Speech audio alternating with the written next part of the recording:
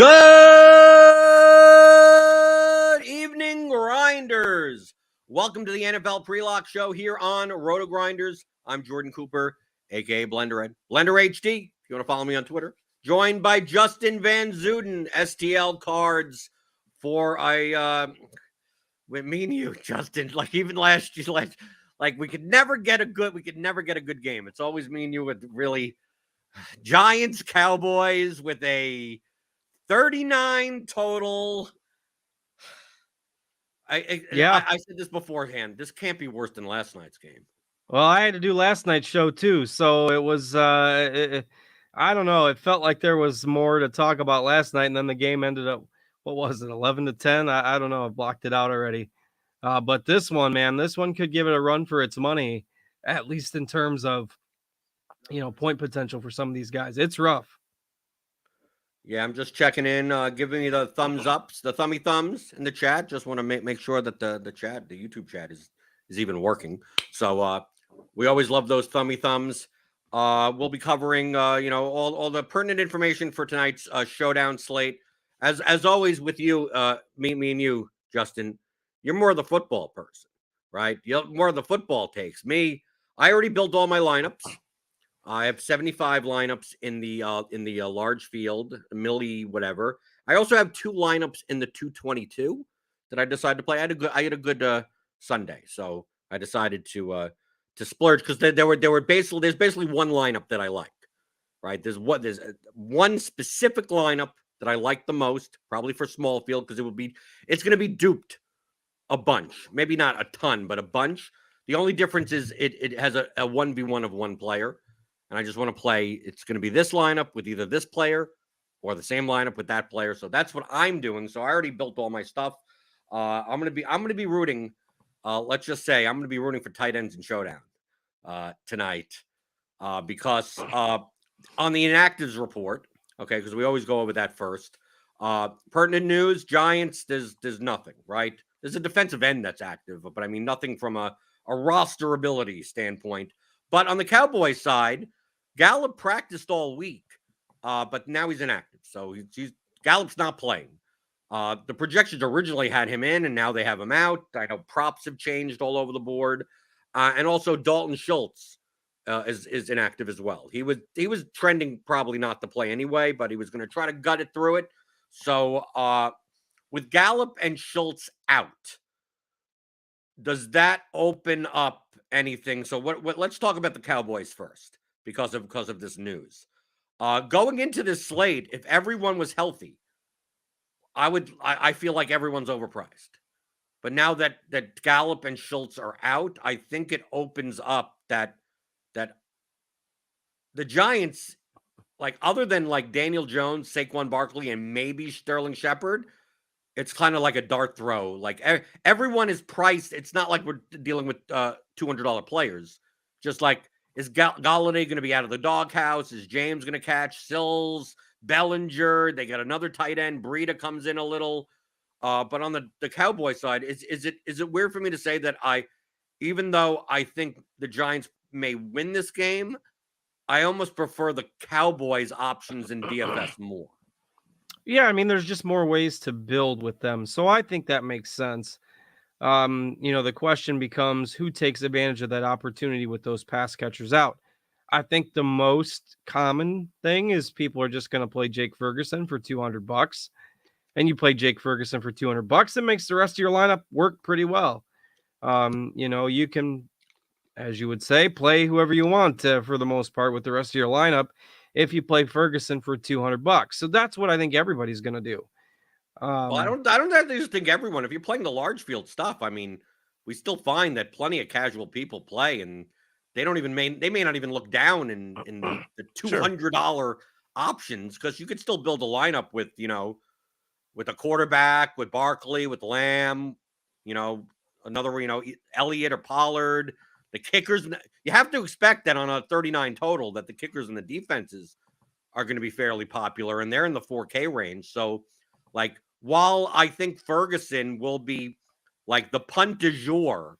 Right. I mean, there'll be a lot of dupes with him because you can build a lot of the same lineups with him in there. Right. Well, that's kind of the main reason I was said before. I like two lineups, and they have one. It's the same lineup with a $200 player in it. More likely to be obviously duped in the millie, but maybe not so much in the 222. I want to talk about.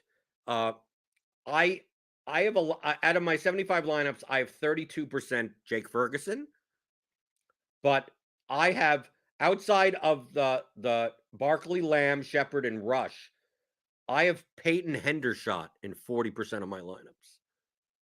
He's also $200, and this is my thinking, Justin. We all think in NFL, Eric Beinfort talks about this all the time. We all think in NFL, like very similar to NBA.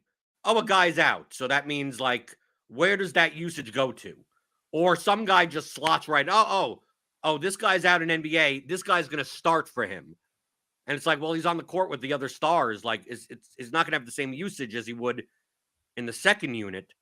So is it possible that I know Jake Ferguson played like 56% of snaps as the second tight end for the Cowboys. He played a bunch in preseason, although Hendershot did also. That with younger players, maybe, that they just have Ferguson be the second tight end like he was the first two games, because that's what he knows. And then throughout the week that Dalton Schultz was trending towards not playing, like Peyton Hendershot is the one learning Dalton Schultz's routes and plays, and he's the one that steps up and ends up being that role, and Ferguson's role really doesn't change that much. Because that's certainly possible, yeah. I mean, Hendershot was a guy, he was a pretty common punt in college DFS too the last few years. So Hendershot at Indiana last year had 46 catches for 543 yards and 4 touchdowns. So he was a pretty good, and 2 years ago, 52 catches, 622 yards, 4 touchdowns. So he was a pretty good pass catching guy in college. It's not like he was just used as a blocker. So I think he could step into a pass catching type of role. And look, I mean, you're just hoping for a red zone touchdown or, 5 targets, 4 targets from some of these guys. And it's a valid point about, maybe Ferguson's role doesn't change because they're going to need him in that second tight end role, presuming this is just a 1 week absence for Schultz. So I don't hate the logic behind that. I mean, certainly there's risk on both guys, but if Hendershot's going to carry a third of the ownership, I mean, I don't think that Ferguson is that much more likely to outscore him by a bunch of points. Right. We look at our ownership here on RotoGrinders, which you can get with a premium subscription. So click on that link in the description, get $10 off your first month. We have Ferguson at 24% owned and Hendershot at 8%. I mean, we have them projected 5.85 and 3.81 as medians, but I kind of, for these types of players, I almost have to throw out the medians. They're touchdown dependent, hopefully get a catch or two type of thing. I see no reason why one should be 3 times more owned than the other. Like I mean, I have a lot of both, but I think between them and then also we may get, Jalen Tolbert is making his season debut. We have him at a lower projection, median wise, 12% ownership. How much of a role do you think that Tolbert's is going to have with Gallup out? And Gallup has been out. Do you think Tolbert gets anything? Do you think Tolbert gets any more snaps than someone like Simi Fehoko or something like that? Or we think completely differently that we're all looking at this Ferguson Hendershot thing, and maybe they just play more 3 wide receiver sets. Yeah, I don't know. Tolbert is a wild card because he was a healthy inactive the first couple weeks, and I guess they had him returning punts in warmups. So I don't know. I mean, he could just be used as a punt returner and a handful of snaps, but the talent is there, right? He was supposed to be kind of the next man up at the beginning of the year when all these guys were injured, and then they threw us a curveball by making him a healthy scratch for a couple games. So there's definite GPP appeal there if they run him as the third wide receiver. I just don't know how they're going to split out snaps between Tolbert and Turpin and Fehoko. I mean, it's pretty much anybody's guess. Right, but you have to figure that, I mean, the main pass catchers on the Cowboys are going to be CeeDee Lamb and Noah Brown. Correct. I prefer Lamb way over Noah Brown. I think Noah Brown is more likely to cede snaps to other people, while Lamb may be out on like every play. I also prefer, and the projections also, back me up. I prefer Pollard over Zeke, just from a sake of sealing that on prep, maybe on FanDuel, maybe I prefer Elliott to Pollard, but I mean, either of them could get goal line carries. It's just that like Pollard's more likely. They only 9% of the snaps this year have they played together on the field, so I wouldn't expect that to happen much. But who's more likely to catch 5 passes out of the backfield and get, have a line that's like 60 yards rushing, 60 yards receiving, and a touchdown? I think it's more likely to be Pollard, while Elliott's more likely to be, break a big run if he can, maybe gets 100 yards and touchdown, but not much in the receiving game. Are you seeing that on the same page? Like especially with the ownership being 40 to 32, I think, especially in the large field contest where people see, oh, Zeke's the starting running back. It's like, well, I think the time is split enough that Pollard for a PPR format gets more valuable touches. Yeah, I agree. And he always, the casual people will always go to Zeke. And Pollard in the 2 games against the Giants last year averaged 5.7 yards per carry. Had 149 yards on 26 carries. So he did really well in the 2 games against the Giants last year. Zeke had 1 poor game, 1 solid game. But I just think, in terms of DFS upside, factoring in, Pollard at somewhat lower ownership, he's a couple $100 cheaper on DraftKings as well, if that matters to you. And just that pass catching upside. I think in the long run, Pollard's going to have more ceiling games than Zeke. Zeke has negative receiving yards so far on the year, and he just seems to lack that explosiveness now. So I am with you on that. Give me Pollard over Zeke tonight. Okay, then we also have the passing game, Cooper Rush. He's going to be a lower owned quarterback in relation to showdown slates, right? We have him at 42% owned. Anytime I see a quarterback that's going to be under 50% owned in the flex, it always, especially if they're under 10K, it's always going to, pique my curiosity. But I still think that given the choice, because Lamb is 10-2 and Rush is 9-6, I think from a lineup, because the lineup construction is not going to matter that much, the 600 indifference.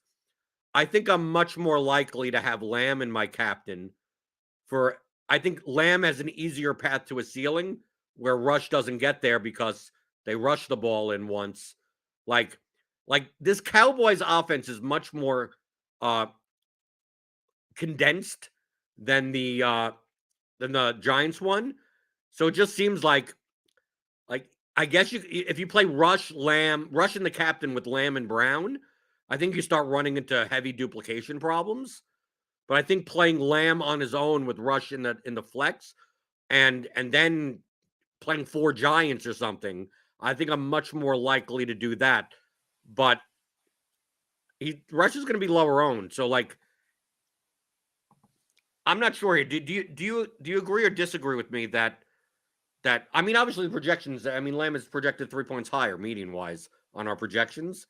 What are your thoughts on playing Rush as a captain? And then on the other thing, can you play Rush in the captain and still play Zeke or Pollard in the lineup? Like, what's the chances that the Cowboys just the only production comes out of the Cowboys is from these 4 players? Just literally just Rush, Lamb, Elliott, and Pollard.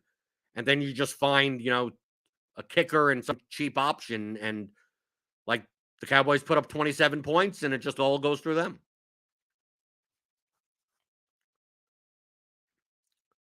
And Justin, it's 7:45, so Yep. that's the mic drop. 7:45, that's when it does it. So did I come back with regular mic or do I have robo mic? No, you're good. All right, came back okay. Should be good for the rest of the show now. 7:45 mic mute is complete. It's so wild, man. It's always on a 15-minute interval. It's the funniest thing. But that's okay. If we came back sounding good, that's fine. But Daniel Jones has a horrible record in primetime games, so that a Cowboys route is certainly within the realm of possibility. I don't know if I'd go with all four. I don't know if I'd try to get like Pollard and Zeke together in a lineup, but Rush, Lamb, and one of the running backs, I think works fine. Right. I have a rule set in my lineups that to play no more than two of those three players. So, like, none of my lineups have Rush, Elliott, and Pollard together because Rush could throw a touchdown to one of them, but it's quite possible that the Cowboys get 3 rushing touchdowns. And I have no problem. Like, it's weird to say at 8,400 and 8,200, I have lineups that have both Cowboys running backs in it. I do not have a group that groups them out because, like, take a look at their lines. Like, they could both get 15 to 20 points each and both outscore Cooper Rush. But I think it's less likely, doesn't mean it can't happen, but less likely that out of the three of them, two of them, if two of them do well, the third one isn't going to be optimal at their price at 9,600, 84, 82. So, like, I'm not a big fan of playing two running backs together, especially when they don't share the field. But I would not rule that out at all. So I don't know, Justin, are less people? I prefer to only have one of them, but I think just because that less people will build lineups with both, I do have plenty of lineups that do have both. Yeah, I wouldn't necessarily rule it out, but I'd keep it to a low percentage of my lineups. I mean, it depends on the quality of the quarterback play. Like, heck, the quarterbacks didn't do anything last night either. So, and these two guys are certainly capable. The two quarterbacks tonight are certainly capable of being underwhelming. So you just go for the all running backs, a defense, a kicker, and root for a 9-6 game, almost like what we had last night. It's certainly possible. So I wouldn't create a rule limiting myself to one of them, but I also wouldn't get carried away with doing it in a bunch of lineups with both running backs. Okay, we just got a Davis Maddock tweet. Uh-oh. It's not a good one for me. Davis just tweeted out Peyton Hendershot 40-1 first touchdown. And Davis is a huge mush, so, like, that's not a good sign. So is Davis a Hendershot fan? Yeah, well, or whatever. That's what he tweeted out. Peyton Hendershot 40-1 first touchdown. And if you listen to the Gilcast, right, he's kind of like Dean. It's like whatever he says kind of sometimes goes to mush. Abandon ship then. No, I got like 80% of my lineups that have one of those two tight ends in it. So, like, fine. If it's Ferguson, fine. I'll win with Ferguson then. Going through the YouTube chat, you could always post your questions in the YouTube chat. Give me those thumbs. You know how much I like the like button, the subscribe button, the notification bell. Also, scoresandodds.com, right? This is where I go to, like, compare lines, especially at legal books in the United States. You go to scoresandodds.com. I'm looking right now at the prop lines, and Peyton Hendershot plus 625. And then we also have where's our buddy Ferguson? Ferguson 360, 350. If you change I know these are juiced, but like plus 350, I mean, we're talking about like 22% anytime touchdown scoring odds. And for Hendershot, it's more like, 12 to 14%. Like, depending on their ownership, like, if you just go by the implied probability of these betting lines, even though they're juiced, that ain't that bad for a $200 player. I mean, a lot of times these $200 players are plus 2,000. Maybe they see the field. So I go to Scores and Odds and I see this, and we now have it Scores and Odds Parlay IQ. It connects directly into FanDuel, and you could through our simulations start figuring out, and we'll show you the odds of single game parlays that you can put together versus the odds that you're given, and it's the best way to get positive expected value into your bet. So go to scoresandodds.com, get SAO Premium, and check out Parlay IQ. And we'll go through the Giants in a minute, but I want to just hit some questions in the YouTube chat. Matt Mears says the new theory is DFS tools are perfect for showdown slates. Yes, I agree. That's exactly what I did. I used my own tools, built 1,000+ lineups, trimmed them all down using my tools. I built them in Lineup HQ, trimmed them with the duplication predictor, with the portfolio trimmer, and got my 75 lineups. Of course, I changed the ownership a bit because I think I could have judged that a little bit better. So maybe we don't, but we'll probably have very similar lineups. You probably have a lot of Hendershot and a lot of Ferguson. Going through some more. Let's see. Ferguson captain. Like, here's the thing. Let's. This is what I always say. If you're gonna make Ferguson captain lineups, if you're gonna make Hendershot captain lineups, do not spend all of your salary. Okay. I know it's a $200 captain that's going to be like 0.5% owned. Like, well, I have a 0.5% owned captain. It's like, well, there's 100 and what's the number here? It's 176,000 lineups or something in the large field. Even just 5.5% of them, right? I could do 0.5% is 880 lineups. Now here in lineup HQ, let's say I put in like whatever the optimal projected. Let's say I go to Ferguson captain, I lock him in and I just run it, right? I spend 49.5 and I have Pollard, Rush, Jones, Lamb, and Barkley. Now, Justin, there's 880 lineups that have Ferguson and the captain. That one will be duped about 1,000 times. Right. Well, that's the point. Out of the 880, 200 of them may be this. Yeah. Right. So you may think you're being sneaky. So it's like, yeah, play this lineup and then take out if Ferguson's the captain, maybe you take out Lamb, right? Because he caught the touchdown. And then you put in even Noah Brown at that point. Now at least you're 46-1. You're less likely to be duped. So like these cheapo captains, I'm not big into playing because you run into dupes way more often than you think that you will. But feel free to split $1 million 120 ways. I'm not gonna be the one to scold you if you do. Anything else in the chat? Let's see. People are talking amongst themselves. Just hopped in here, Sterling or James. We'll talk about the Giants in a second. KBK Mafia says, with the Cowboys defensive line, I think Saquon might be getting more targets. I mean, you have to admit on the Giants side or just in the showdown in general, like Saquon Barkley is on paper and projection wise the best play on the slate. Like, yes. Like I have 21% of my lineups are Barkley captain lineups. So it's like I'm not fading I have Barkley 61% in the flex. So basically like 83% of my lineups have Saquon Barkley in them.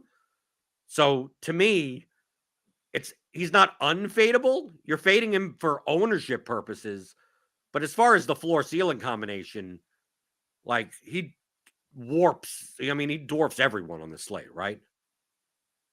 Yeah, no doubt. I mean, we've seen him have difficult games before, so obviously that's always a possibility. But you think a low-scoring, competitive, divisional game, he's had 11 targets and 39 carries in 2 games.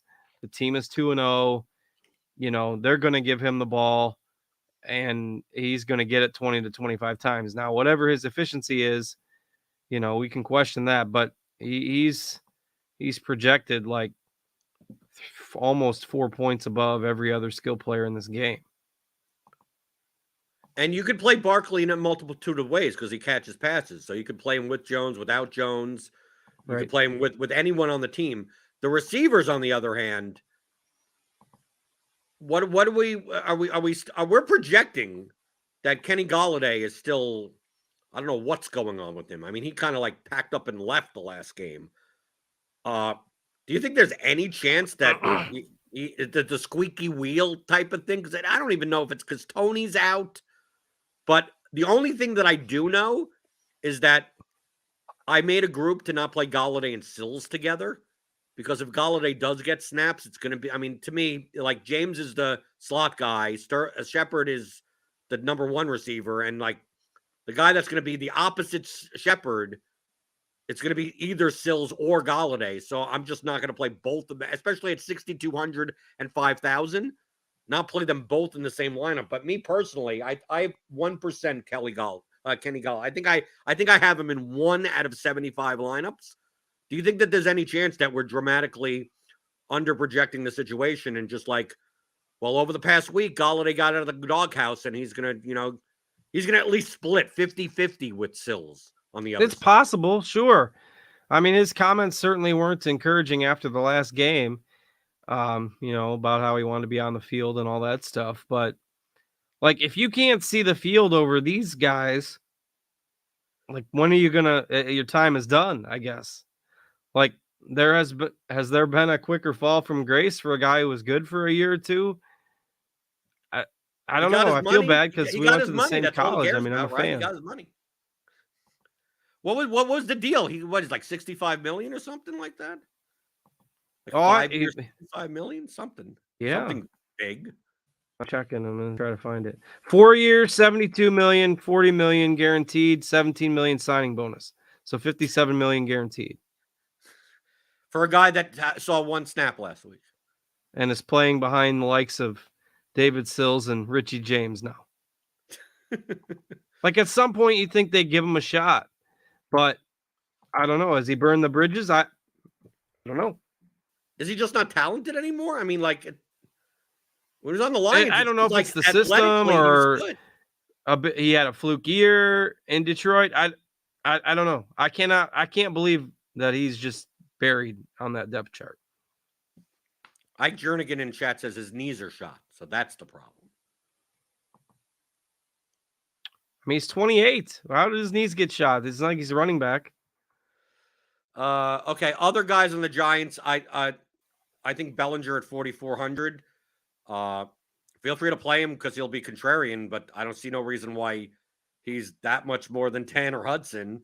But I guess you could play him. I have no problem playing. I have like a lineup or two that has Matt Breida, and I have no problem playing Saquon Barkley and Matt Breida together. Giants catch some passes. 3-touchdown lead, and Breida comes in the fourth quarter and scores a touchdown or something. And he can catch some passes too. Right. So is there anyone else on the Giants outside of, like, I mean, to me, it's not about, like, I don't like the Giants, like, as the team. It's just that outside of Daniel Jones and Saquon Barkley, like, and maybe Sterling Shepard, but he's I think Shepard's fine. Right, he's fine. But like everyone else here, it just feels like they're overpriced. It feels like 5,400 for Richie James, 5,000 for David Sills. Yeah, like, the other wide receivers are just too difficult to trust because we don't know who's going to play. Like, they're fine in GPPs and you sprinkle them in, even Galladay, but the floor is 0 with these guys. I think James has the highest floor out of the bunch, only because he'll probably catch some 4-yard passes or 7-yard, inside routes or something like that. So from a PPR standpoint, I mean, I prefer James, but his ceiling is quite limited. And then on the bottom end, like, well, how about we have Darius Slayton? What's up with the Giants? Like, they have Galladay, and like we go back 2 years, and like what's happened to Darius Slayton? Is his knee shot also? Yeah, everything is upside down. Is it worth it even to take a flyer on Darius Slayton? Like, at $200, we've seen Slayton burn a defense before. Sure. I mean, he's projected for 0.74, so it doesn't make it very promising. Yeah, I mean, it's not any worse of a play than some of those tight ends, but, you're kind of banking on him getting maybe one deep ball or something or getting a short pass and taking it the distance. But he won't see the field much. What's that? He won't see the field much, though. That's the problem. No, yeah, he'll get 5 snaps. Right. Okay, so we went over the Cowboys. We went over the Giants. How about the defenses and the kickers? Because we'll just group them in regardless of the team. We got Cowboys at 4,600, Giants at 3,800, Gano at 4,000, Marr at 4,200, and they're going to be owned. Like, that's like 39 total. These defenses and kickers in this range, people are that to me, they're over-owned, but I don't mind playing defense captains. Like someone in chat was Dan Janning. How are we feeling about defensive captains? I personally have 6% Giants captains and 9% Cowboys captains. And it's not necessarily because, like, oh, low scoring game and whatever, and it's defense, is that it allows you to, like, jam in like 3 great guys and then still leave like 2,000 or 3,000 on the table for some other guys that could get something. And it's unique enough. Like, if you're jamming in, for instance, the Giants defense and captain, like I'll show you in lineup HQ. This is what I use lineup HQ. I use the projections here. This is exactly what I do. So if we just jam in the Giants captain right here and then just run the optimal, we get Ferguson, Rush, Jones, Lamb, Barkley, and it still leaves 3,100 on the table. So like understand that this lineup right here projects the best, but is probably going to be duped a ton. The Giants captain, we have his 3% projected owned in the captain and 176,000 lineups. We're talking about 5,500, 5,600 lineups. Okay, so understand that this line, like these types of lineups, you're going to run into a lot more dupes. So like leaving money on the table, even if you don't play Ferguson, like just leaving money on the table. I like jamming in in 3 of these guys. So we have Rush, Jones, Lamb, Barkley. Like just jam in like 3 and then leave money on the table and then do something like Giants captain with Jones, Lamb, Barkley, and then maybe you play Breida in this lineup, right? Because the Giants are ahead, right? So you put that in, you have 10,900, right? And then, I mean, even Cooper Rush at this point, because they're playing from behind or something like that. You put Sterling Shepard here, right? Even if we put Sterling Shepard here, you're leaving 3,300 on the table or something. I mean, like, there are ways to get different. You just have to think of better ways to get different. So I have no problem with the defense captains, but I would try to avoid jamming in 4 high-priced players because then you're only left with like a $3,000 spot anyway. And it's most likely going to be like a Ferguson or a Tolbert or something, and you're going to run into dupes. Are you more of the type, Justin, on low-scoring games to just go with the expected, like, oh, it's expected to be low-scoring, so more likely to play the defenses and the kickers? Or are you more of a GPP mindset where I'm like, well, what I like to play the defenses and the kickers in the high-total games and then not play them as much in the low-total games, only because that's different than what other people are doing. I'm okay with playing the kickers, not as much as the defenses. I mean, even in a game last night, like it's 11-10 game with horrible offense, but the defenses didn't really like if they're not scoring, the defenses aren't getting there. There's just so much variance with that yeah, I'm less inclined to do it with the defenses when they're popular. The offenses I can get behind. Or the kickers I can get behind. Would you play a kicker captain? I don't think it's crazy, but I'm not going to go out and do it in like 40% of my lineup for sure. I have 0 kicker captain lineups. That's my one showdown stand. It's like if a kicker captain wins, I'm just not. I think it's happened twice in the history of island game showdowns. Like it may have happened in some Sunday, 1:00 showdown that they offer or something, but I think it's happened twice. And Justin, here's the kicker. Same kicker. Oh, really? 2 different teams. I think 2 different teams. It was Ryan Suckup. Fantasy Star. It was Suckup. I think Suckup for the Titans and then Suckup for the Buccaneers. And it was kicker captain as the optimal in showdown. So it'll happen once in a while, but I the upside on kickers is just so low that good luck. Good luck getting 4 50-yard field goals. Okay, yeah, I mean, we got a lot of questions in chat about favorite captains. I mean, everyone loves what's my favorite captain. I don't want. I mean, I know I'm a contrarian player, but still, my favorite captain is Saquon Barkley. So, like in comparison to ownership, Justin, what would be some of your my favorite captains are comparing to ownership? Saquon, even though he'll be the highest owned captain, and my next one is Tony Pollard. Yeah, I was gonna say I'd probably put Pollard next. Maybe Shepard like that. We've only got him about 4% owned in the captain.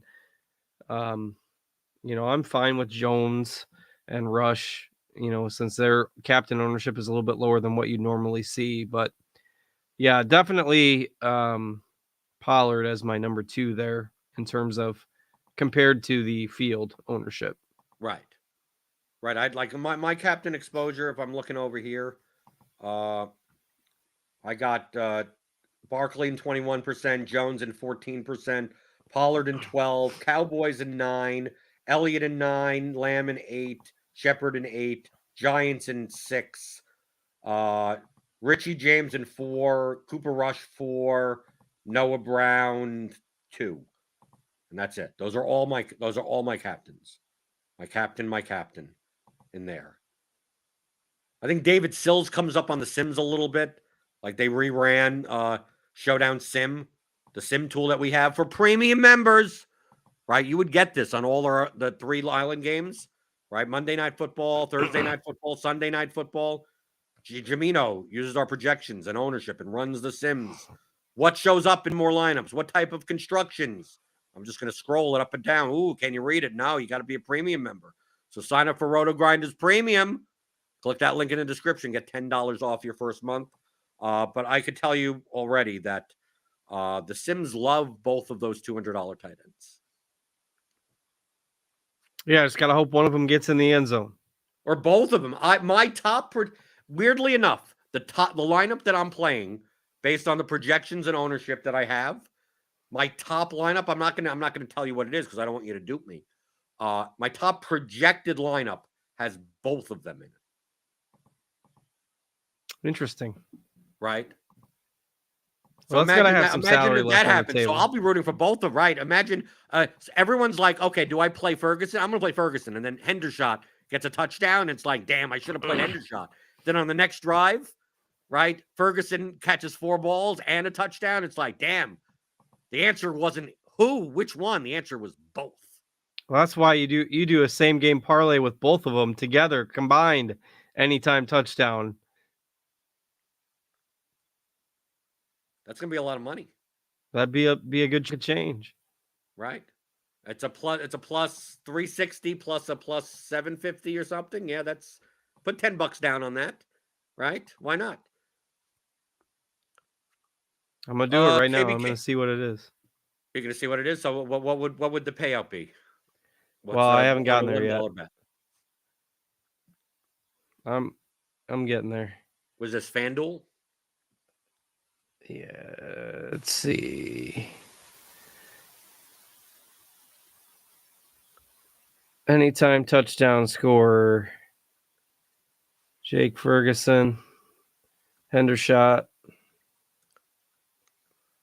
And then I don't see Dallas not winning if both the tight ends score a touchdown. Well, you have to do 3. Can't just do 2. No, you can do 2, but why not do 3? If both those guys score a touchdown and Dallas loses the game, I'll eat my L. That's plus 5,500. That isn't that great. 55 to 1. It's only 3,500 without Dallas to win. Okay. So, but you're so sure that Dallas is going to win if both of those tight ends. The Giants aren't scoring from the. If they score 14 points with just those 2 touchdowns, that's probably enough to win by itself. KBK Mafia the over on there. That only takes it to 6,500. See, you lose a little with these correlated odds too. Right. Who do you have guys have Ferguson over in terms of points, not value? I'm not sure what that question means. But I mean, our current projections have Ferguson as a median of 5.85 with a ceiling of 11.64. Ceiling being like the 84th percentile. So I mean, if that's the information you were looking for, that's what it is. Well, that's why in Showdown Ferguson is going to be popular amongst probably sharper 150 max type of players. He's going to show up a lot. The casuals, I don't see it. So like, even this 24% ownership that we have, I wouldn't be shocked if it was only 16. I wouldn't be shocked if Hendershot wasn't 8 and it was more like 5. Like I wouldn't be surprised at that. Yeah, I mean that's kind of what I'm in the ballpark. Yeah. I mean, these guys. I mean, I don't expect to see Jake Ferguson as 42% owned. Right. Maybe in some of the smaller field stuff, I guess. But I mean, that's the basic reason. Like, I made my 222 lineups. Same lineup. One lineup has Ferguson. One lineup has Hendershot. So I'm like, I originally just made it with Hendershot, and I'm like, you didn't want to lose just because of that. What happens if it was Ferguson? Like what? Like Like, because what happens if they both get zeros? Like, I could still cash both those lineups anyway. It's a Right. $200 player, right? And I'm not leaving all that much money on the, on the table. So it may be duped 4 or 5 times. But the Hendershot one is going to definitely be like 3 times less duped than the Ferguson one. So that's why I chose Hendershot over Ferguson. But I'm like, yeah, but what happens if it's a 6-way tie for $200,000 in the 222? And it's just my lineup with Ferguson in it, and I played Hendershot instead. It's like, no, I'll take that split. That's my insurance policy, right? There you go. Kind of like that, Yeah, right? I think that's smart. Your insurance policy is to just SGP it for just. That's right, for plus Right.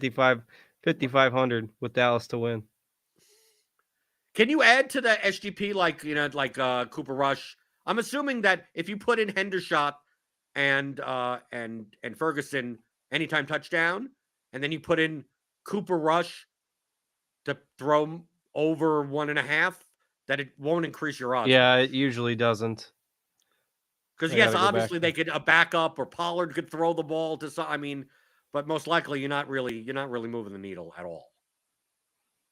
Because people try doing that. They're like, why can't I just throw the? I see a SGP with 7 things in it, and it's like plus 8,500. It's like, yeah, you could probably take out like 3 of them, and it'll be like plus 8,000 anyway. Like you're not really gaining that much because a lot of the things in your SGB to happen, like require that other things happen, right? Yeah, I can't even add 2+.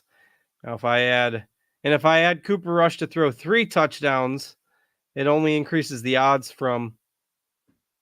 Oh, okay, no, that's without Dallas to win. All right, let me put Dallas to win back in there. All right, Ferguson touchdown, Hendershot touchdown, Cooper Rush 3 or more passing touchdowns, and Dallas to win is plus 8,000. It didn't really do that much. Yeah. Right. And what'll suck if you did that, and those are the only 2 touchdowns. 2 touchdowns. Yeah. Right. And it's like, dude, why did I bother with this? Because they ran the ball in one other time or something. I mean, to be real, it's probably a why are we bothering with this anyway? Right. But it's a cool story if it hits. Lartar Magar in chat says, I've already convinced 3 people to play Hendershot. Don't dupe me, bro. They're finding people to dupe me with Peyton Hendershot. You know what's going to end up happening? He's going to be more owned than Ferguson. And it's going to be yay on me. But we got 2 minutes. 2 minutes to lock at 8:15 Eastern. Get your last minute questions in the YouTube chat. Hit that thumbs up button. You know how much we like those. Helps us out on the channel. It is a free show, right? The least you could do is hit the thumbs up button. But I mean, you can make all these decisions for yourself. We got the lineup HQ with the player projections, the ownership projections, the Showdown sim tool, scores and odds for if you want to. Hey, we could have ran that through Parlay IQ and maybe see if that plus 8,000 was a worthwhile bet. I mean, we could have done that even, right? Could have. Right. We could go to SAO. Yeah, it would even cover. Yeah, for this, it would even cover the 2 crappy tight end touchdowns. It would go through. Maybe it turns out that it's a plus EV bet. I bet it is. It's got to be. We're just going to say that it is. Oh, we're going to say that it is? I would be fine, Justin, if both of them if both of them get a touchdown, like that's like 80% of my lineups in total. Yeah. So like, I don't care do I need both of them in my lineup? No, not necessarily. But as long as you have one of them in your lineup, you probably did well. We're going to say all this, and they're going to run 3 wide receiver sets, and none of these tight ends are going to. They're not even going to see the field. That's going to happen. I'm relying, Justin, on the fact the Showdown gods. We know the Showdown gods love tight ends. That is correct. Right. We know. It's like it's 2 years. It's like, oh, okay, we're going to play the Seahawks. Then you got to play Will Disley. You got to play like any Gerald Everett. You got to play all the tight ends in your lineup. Yeah, and defense captains and all tight ends, like that's Showdown gods. So I'm praying to the Showdown gods for a tight end and Showdown slate. Oh, it'll happen. It always happens. No, what's going to happen? It's going to be overpriced. One of the Giants guys. Right. No, it's going to be $4,400 Bellinger is going to get 2 touchdowns. I still have some Bellinger, but not much. Okay, so we are at lock. Hopefully this Cowboys-Giants game is better than last night. If you're in the chat, give us that thumbs up so you know how much I like that. So, Justin, that you're entering swing season for golf, right? We are. They got the Sanderson Farms, I believe, this week. Okay, and you got golf content coming Yeah, out. we'll have the live show tomorrow night. So for golf, and we'll have the Okay. articles up as well. So if you want your golf content, get RotoGrinders Premium. Click on that link in the description. Get $10 off your first month, and I will be back. I'll be back tomorrow morning. Right? You see me 11 o'clock. I'm not used to being here at night. Right? I'm used to being 11 o'clock in the morning, Monday through Friday. So check out the DFS pregame show. Hopefully, I'm reviewing my solo million winning lineup with Hendershot and Ferguson in it, with all the tight ends in it. But most likely I'm not. Most likely, if I'll fine with a split. Fine, I'll do an 8-way split. I'm fine with an 8-way split. I'll go over my $170,000 lineup tomorrow. So right. check that out then. So for Justin Van Zoon, STL Cards, I'm Jordan Cooper at Lender HD. And this has been another edition of the NFL Pre-Lock Show here on RotoGrinders.com.